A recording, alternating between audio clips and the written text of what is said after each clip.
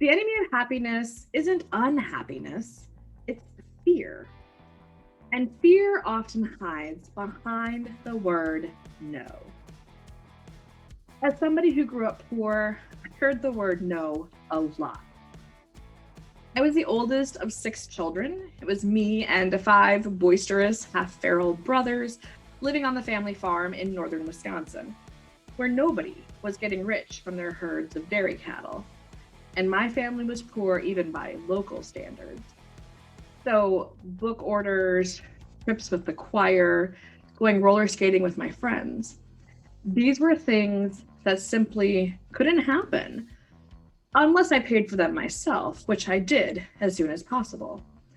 And I took away from that experience an incredible work ethic, some excellent zombie apocalypse survival skills, and the soul deep conviction that keeping my dreams small was the only way to see any of them ever come true. Forget a champagne taste on a beer budget. I was happy just to have ice in my water. Now, there is tremendous power in learning to appreciate and be grateful for the small stuff. And in fact, if we wait for just the peak experiences, like graduations or falling in love or watching our children finish school, we miss the billions of other joyful, hopeful, or wisdom granting experiences that fill our days. Yes, every one of them. Yes, even days like the ones we saw in the much maligned year that shall not be named, 2020. Our current scientific understanding of the human brain estimates that we process about 34 gigabytes of information every single day. So statistically, at least a handful of those bits of information have to be positive in some way. And so by teaching ourselves to stay in those smaller boxes where the expectations are small but safe and the results are equally so, we are actually doing much, much more than just limiting our outcomes. We are also telling the world that we don't believe in ourselves. And more importantly, on a subconscious level, we are telling ourselves the same thing. We tell ourselves no, so we won't fail. But in the process, we fail on an even more fundamental level. The one where our creativity and innovation, our bravery and our very potential are born. Now, here's the disclaimer. I am a radical positivity activist, a happiness researcher, and a successful workplace culture and employee experience consultant. And I am the first and loudest voice warning people of the dangers inherent in too much positivity. Well, more precisely, that inauthentic, toxic pseudo-positivity, the kind that encourages you to ignore or worse, attempt to get rid of the less pleasant emotions in our lives. The very powerful truth is that our emotions, all of them, even the ones that don't feel very good, are the way that our body and our brain interpret what's going on all around us.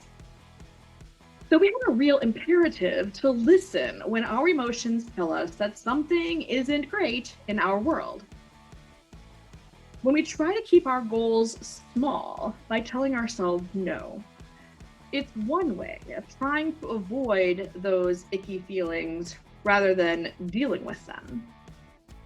And when we constantly encourage people, including ourselves, to focus only on the small things, we run the risk of teaching ourselves never to expect the amazing ones. We learn to tell ourselves no, so we won't be disappointed, or because we feel there's just too much at stake. Many of my parents' friends were tie-dyed in the wool hippies, and they were on a mission to change the world for the better. And they morphed into some of the most deeply conservative powerfully risk-averse boomers that I know because they got jobs, they had kids, they just felt that they had too much to lose.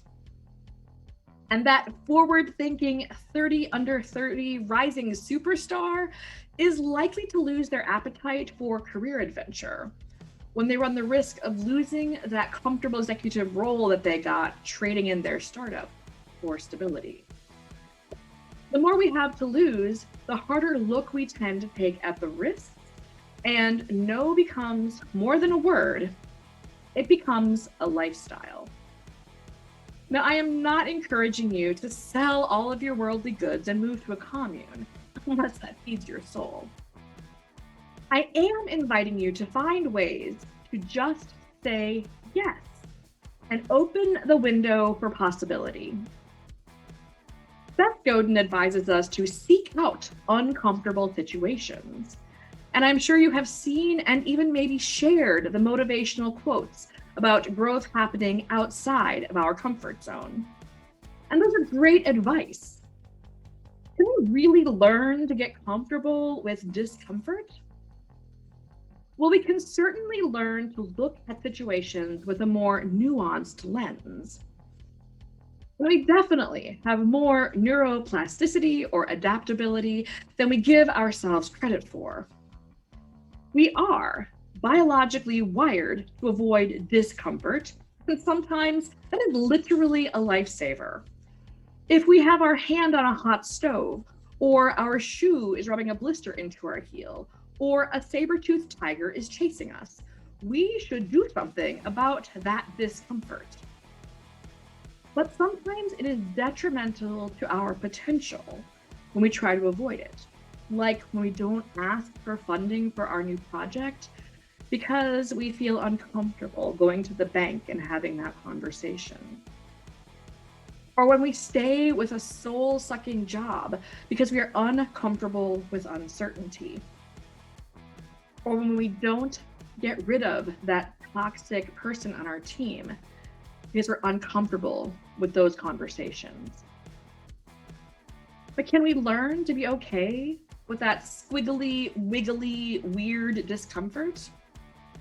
Yeah, start by honoring that authentic experience. Our emotions exist as guardrails for our very survival, so listen to them and evaluate the situation. Maybe that looks like a SWOT analysis, or maybe it's a pros and cons list. Maybe it's a skills assessment, or working through your business plan with a finer toothed comb, or looking at your 2021 business goals with a really serious, thorough reality check. Or maybe you just have a good talk with a good friend. And by the way, as Darren Patrick says, if your friends never make you uncomfortable, you don't have friends, you have fans. There's a difference. And then, once you have a more holistic, realistic perspective of what's going on, you can plan for the risks and put safety nets in place. And then say yes to your priorities and your passions and your goals. Speaking of those goals, have you matched them against your values and your personal priorities in life? Can you even articulate your core values? I have coached a lot of people and worked with a lot of teams. And companies sometimes have their values listed on a website tucked away somewhere. But it is rare that someone can coherently answer the question, what matters to you? And without knowing what matters, and by extension, what matters to your professional presence, it can be really hard to prioritize the goals that you set and to evaluate the opportunities that show up along the way. And a whole lot of fear crops up right here and prompts us to say, no, no, thank you, which is fine if it aligns with our internal compass. But it leads us astray if it's just a knee-jerk response to discomfort. And even if you have identified your core values, it's a good practice to revisit them periodically, especially after a major transformational experience, good or bad, because we evolve over time with the experiences that we have. And the values that served us when we were just starting out might not be a great fit for the lives we want to lead or the people that we want to be now. So help yourself say yes to the right opportunities, and then allow those successes to fuel your confidence for your next decision point. And when it's time to make that decision, instead of saying, how can I do this? Try saying, who do I need on my team to make this possible? And then start bringing those people on board, or at least coach the talent that you have to get the skills that you need. As entrepreneurs and as leaders, we tend to be protective of our ideas and our self-image. Does anybody struggle with delegating? I know somebody whose son still can't cut his own meat, and he's 17 years old. His mother is afraid that he'll cut himself or damage the china, but instead of helping, she's handicapping him. And this happens to employees all the time. And not only are we denying them growth opportunities, we wind up doing a lot of extra work that we can hand off to a junior team member or a contractor or an intern, but we won't because we are afraid that it won't be perfect. Well, get over it. Figure out what your tolerance level is, and then take a couple of good deep breaths and just let it be. Done is better than perfect, almost always. I'm going to say that again. Done is better than perfect. Write that on a sticky note. Get it tattooed on your wrist, whatever it takes. Embrace the concept. And then when somebody says, hey, can I help? Your answer can be yes. Franklin Roosevelt once said that courage is not the absence of fear, but rather the assessment that something else is more important than fear. I don't believe that happiness should be your goal, but it can be a gauge, a really good one, to check if you're on the right path to accomplish the things that you've determined are more important than fear. Are your decisions aligned with your values? Are you connected to people, professionally and personally, who fill you up and challenge you constructively? Do you feel like you belong to something bigger than yourself? These are the sorts of things that lead to a space where happiness can thrive, providing a deep wellspring of optimism that allows us to look fear square in the eye and say, yes. The word no is just the mask that fear puts on to protect us, even when we don't really need it.